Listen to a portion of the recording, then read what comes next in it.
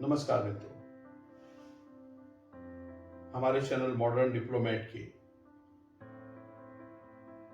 Power तक पहुंचने के क्या नियम हैं इस वीडियो सीरीज में हमारा जो दूसरा लॉ है, always say less than necessary, इसके पहले भाग में हमने देखा कि ये जो नियम है हमेशा आवश्यकता से कम बोले, इसका उल्लंघन करने पर कितने भयानक परिणाम आए, इसको हमने पिछले भाग में देखा। यदि हमने ना देखा हो आप में से किसी ने, तो प्लीज उस वीडियो को जरूर देखिए।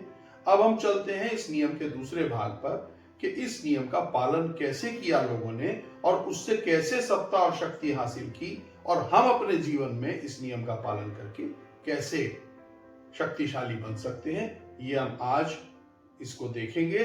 और अभी हम शुरू करेंगे फ्रांस की एक बहुत सुंदर घटना के साथ।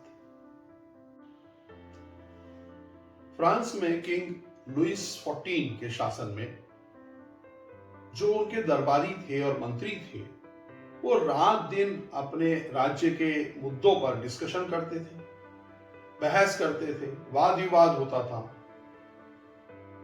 और जब वो सारे डिस्कशंस के बाद किसी डिसीजन पर नहीं पहुंच पाते थे, तब दो लोगों को चुना जाता था जो वो दोनों पक्ष रख सके राजा लुईस 14 के सामने, और उनके पास जाएं और राजा को सारे दोनों पक्ष बताएं ताकि राजा स्वयं निर्णय ले सके। फिर उनमें इस बात पर घंटों बहस होती थी कि मुद्दों को कैसे बोलना है, राजा लुईस 14 को क्या पसंद आएगा, क्या उन्हें गुस्सा तो नहीं आएगा, किस दिन के किस समय उनके पास जाया जाए, और जो उनका महल था वर्सेल्स, उस महल के किस हिस्से में वो मिलेंगे, उनके उस समय चेहरे पर क्या भाव होने चाहिए।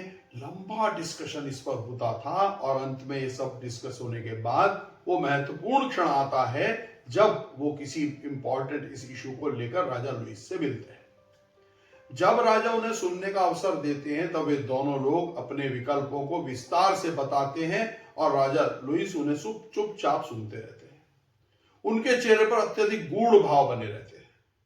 अंत में जब दोनों की बात पूरी हो जाती और वे राजा के ओपिनियन को जानना चाहते, तो राजा लुईस 14 उन दोनों को देखते और कहते, मैं देखूंगा, और वहां से चले जाते। इसके बाद मंत्रियों और दरबारियों ने इस विषय पर राजा से कभी एक शब्द भी और नहीं सुना। हफ्तों बाद जब उस विषय पर राजा निर्णय कर लेते थे, तब वे उस कार्य को संपादित होते हुए देखते थे। इसका इंटरप्रिटेशन ये है कि लुईस 14 बहुत कम शब्दों वाला व्यक्ति था। उसकी सबसे प्रसिद्ध टिप्पणी है, आई एम द स्टेट। कुछ भी इससे ज्यादा गूढ़ नहीं हो सकता कोई भी वाक्य। उनका सबसे इनफेमस वर्ड, मैं देखूंगा, कई सबसे छोटे वाक्यांशों में से एक था जो वह सभी जो भी कोई रिक्वेस्ट उनके पास आती थी उनके बदले में बोलते थे। लुईस हमेशा से ऐसा नहीं था।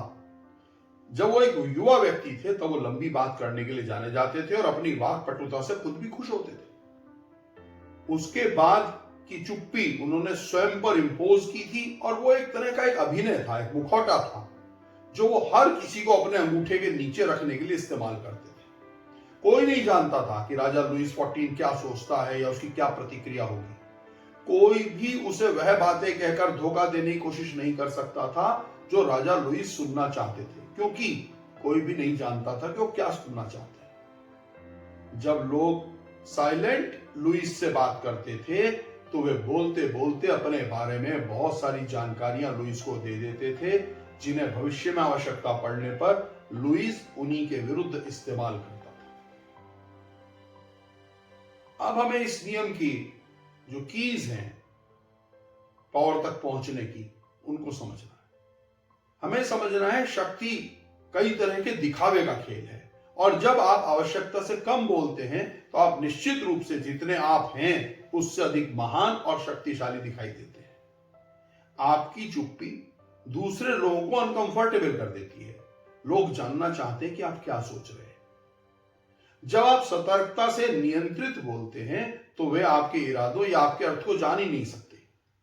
आपके शॉर्ट आंसर्स यानी छोटे छोटे उत्तर और आपकी चुप्पी उन्हें डिफेंसिव बना देती है, और इस घबराहट में वे सारी सूचनाएं दे देते हैं और अपनी कमजोरियों के बारे में भी मूल्यवान जानकारी आपके सामने प्रकट करते हैं। आपके साथ जब वो एक मीटिंग करते हैं उसके बाद घर जाकर आपके हर शब्द पर विचार करते हैं, क्योंकि आपने बोला ही बहुत थोड़ा है। आपकी संक्षिप्त टिप्पणियों पर यह एक्स्ट्रा टेंशन केवल आपकी शक्ति में वृद्धि करती है। आवश्यकता से कम बोलना केवल राजाओं और राजनेताओं के लिए नहीं है। जीवन के अधिकांश क्षेत्रों में आप जितना कम कहते हैं, आप उतने ही गहरे और रहस्यमय हो जाते हैं। जब आप चुप रहते हैं तो आपके अंदर अधिक शक्ति होती है। आप जितना कम बोलते हैं, उतना ही कम रिस्क है कि आप कोई ऐसा कुछ बोल दें जो बाद में आपको उसका पछतावा हो या कुछ ऐसा हो जाए जो आपके लिए घातक हो। अब हम इस नियम के विपरीत पहलू को समझते हैं। कई बार ऐसे अवसर आते हैं जब चुप रहना नासमझी है। आपका मौन आपके सुपीरियर्स में संदेह और असुरक्षा पैदा कर सकता है। मौन और आवश्यकता से कम कहने का अभ्यास सावधानी के साथ और सही परिस्थितियों में किया जाना चाहिए। इसके अलावा कभी कभी शब्द किसी को भी धोखे में रखने के लिए एक प्रकार की स्मोक स्क्रीन के रूप में कार्य कर सकते हैं। जितना अधिक आप बातें करते हैं, वास्तव में वे आपके बारे में उतने ही कम संदिग्ध होते जाते हैं। मौन नीति का उल्टा है, अधिक बातें करके और अपने आप को कमजोर और कम बुद्धिमान दिखाकर आप अधिक आसानी से भ्रम निर्मित कर सकते हैं।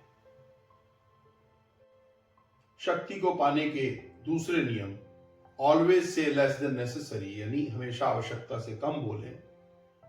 इसके दूसरे भाग में इस वीडियो में हमने देखा कि किस तरह से कम बोलकर लोग शक्तिशाली बन जाते हैं और हम अपने जीवन में किन किन सावधानियों को ध्यान में रखें जिससे हम इस नियम का अपने लिए उपयोग कर सकें। आशा है हमारा यह वीडियो आपको पसंद आया होगा, तो प्लीज इसको लाइक और शेयर जरूर कीजिए। हमारे चैनल मॉडर्न डिप्लोमेट को सब्सक्राइब कीजिए और बहुत जल्दी हम आपके पास एक और रोचक नियम को लेकर पहुंचने वाले हैं। तब तक प्रतीक्षा कीजिए। आपका बहुत बहुत धन्यवाद।